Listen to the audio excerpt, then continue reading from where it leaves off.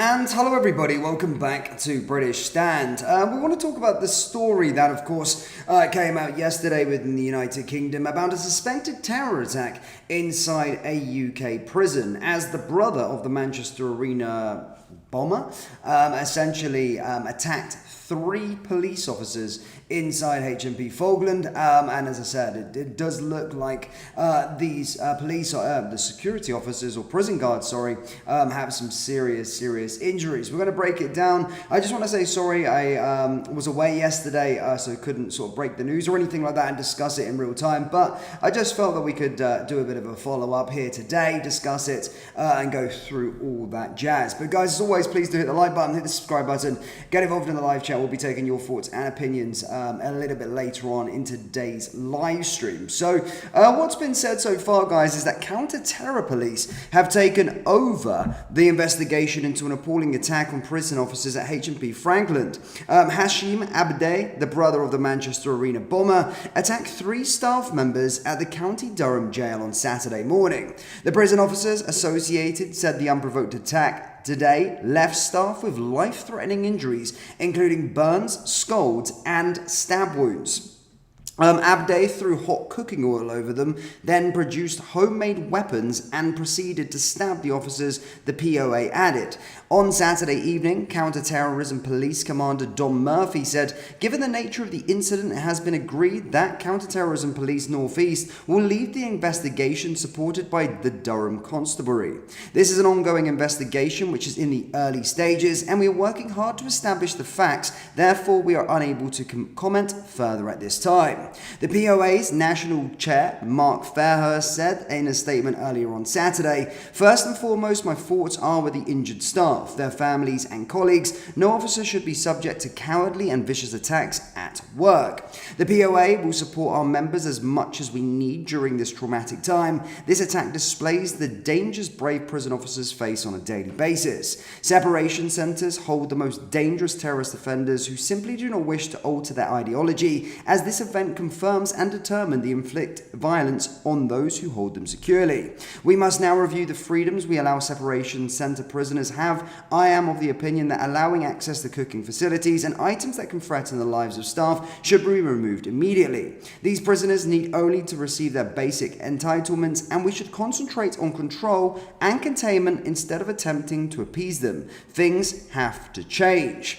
So guys, we're going to get a break for a little bit more in terms of the update with regard to those prison officers. But what the hell is a guy who's serving 55 years in prison with terrorist ideologies doing around with cooking facilities? Who thought that in the world, within the United Kingdom, judicial system, the prison services, why on earth are these people around cooking equipment? What? It just sounds so bonkers. They should be in a padded room. That's where they should be. They should be in solitary confinement, not the likes of Tommy Robinson and these sort of civil offenders. These people should be in solitary confinement and have no access whatsoever to weapons, cooking equipment, and all of these kind of things. It's an absolute disgrace that this was even allowed to happen. These guys don't even care that they're in prison right now. Their ideologies, their beliefs, far extend what they feel that they're going to be in prison. This guy's in prison for 55 years. Do you think he's got anything to lose?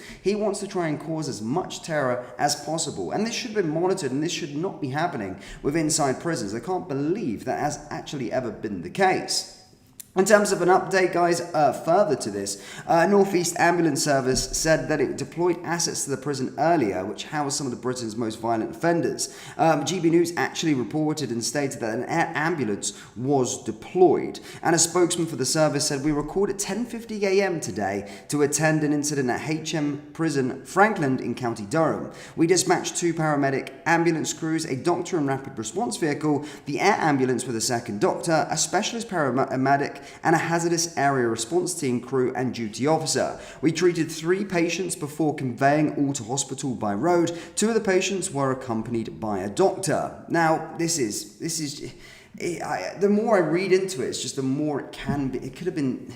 This should never happen. How is this even allowed to happen? How can this happen? How can you allow terrorists, people that have these ideologies, to go anywhere near cooking equipment? We see prison attacks happen all of the time. Why have they got the opportunity to do these kind of things? It's bonkers. And there has been a lot of course, response from different politicians. I've seen Rupert Lowe actually talk about potentially bringing or having a debate to bring back the sort of death penalty for the most heinous of criminals and terrorists like this individual, so they can no longer commit more terror, even behind bars. That's a debate that they want to have. And of course, Reform leader Nigel Farage said this monster should never have been in position to hurt our brave prison officers. It's worth remembering that this family came to Britain as asylum seekers. This system is broken. So there you go. I mean, there's a lot of outrage, and so it should be. Why on earth? I have an entirely different opinion on terrorists, on people that have been put into prison for terrorism related or having terrorism ideologies, being in our prisons at the taxpayer expenses. But the fact that they're able to cook, the fact that they're able to get their hands on weapons, they should be in solitary confinement for the rest of their days. Why is the UK prison system so effed up? Again, I don't want to make this about Tommy Robinson, but we're seeing a situation with him, a civil offender, Cat D prisoner, who's being treated and put into solitary confinement where he's not around anybody. So how are people that cause heinous amounts of terror allowed to just cut about prison freely, living their life? They're living their best life and getting used to cooking equipment. It just doesn't make sense. And I'm just sitting here, I know nothing about the prison system, but I think a lot of us in this live chat can just look there and go, how has this ever been allowed to happen? How has this ever been allowed to happen? Now, it does look pretty serious with the security, the prison guards, because they've been attacked where they've got burns, scalds and stab wounds from cooking oils. These could be life-changing. Well, definitely, they've left with life-threatening injuries, but it could be life-changing with the fact that, you know, what's going to be their appearance. It just shouldn't happen. It just shouldn't happen. There has to be something done about this. It's absolutely disgusting. It really freaking is, and it makes me so angry. Anyway, guys, let's get into the live chat, guys, and do let me know your thoughts on this one. I'm interested to see if there are people that understand prison systems, and maybe that they can shed a bit more light on this. But what is this individual doing? Is he just in general population? This guy? Is he in general population? Is he just cutting about, living his best life within prison? Is he getting all of the prison luxuries that come with being in prison for, you know, being a terrorist? Having these sort of ideologies? Disgusting. Disgusting. In Disparate prisons, they used to have deep fat fryers. I'm going back to the 90s. Pankhurst, Full Sutton, Franklin, Gatrey all had cooking facilities for long-term prisoners. I was under the illusion that they didn't. I thought they'd just go to a canteen. Their food was made for them. We're sitting here thinking, how does that make sense where these people can just use cooking equipment? Hot oils, boiling water, knives, any tools that you can find in a kitchen. How are they able to? They should be getting their dinner handed to them and that's it, with no knives, have to eat it with their hands. I mean, they do that anyway as a part of their ideology. So why they... So many questions, but the frustration is there that something has already happened that could have just been so preventable. It shouldn't even be a conversation that we're having today.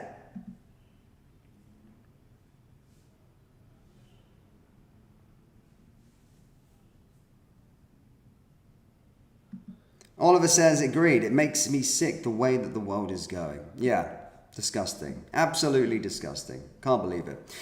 Guys, I do apologize. I'm seeing a couple of comments in here saying, oh yeah, you're a bit late with the news. Yes, absolutely. I'm not trying to spin this off as breaking news. I did say a disclaimer at the start. I was away, busy, had other commitments yesterday. But I just felt like it was such an important story to discuss. And I wanted to give you my thoughts and opinions on the situation because it's absolutely disgusting to see happening in UK prisons. But we'll find out what was going on, how it actually led to this point when the counter-terrorism finished their investigation. But counter-terrorism police are on this investigation, and we should find some more updates a little bit later on as this story develops. But guys, do let me know your thoughts in the comment section below, and how was this allowed to happen? How was this allowed to happen? Again, I'm looking forward to hearing your thoughts and opinions. Thank you guys. Hit the like button, hit the subscribe button, and I'll see you all next time. Take care.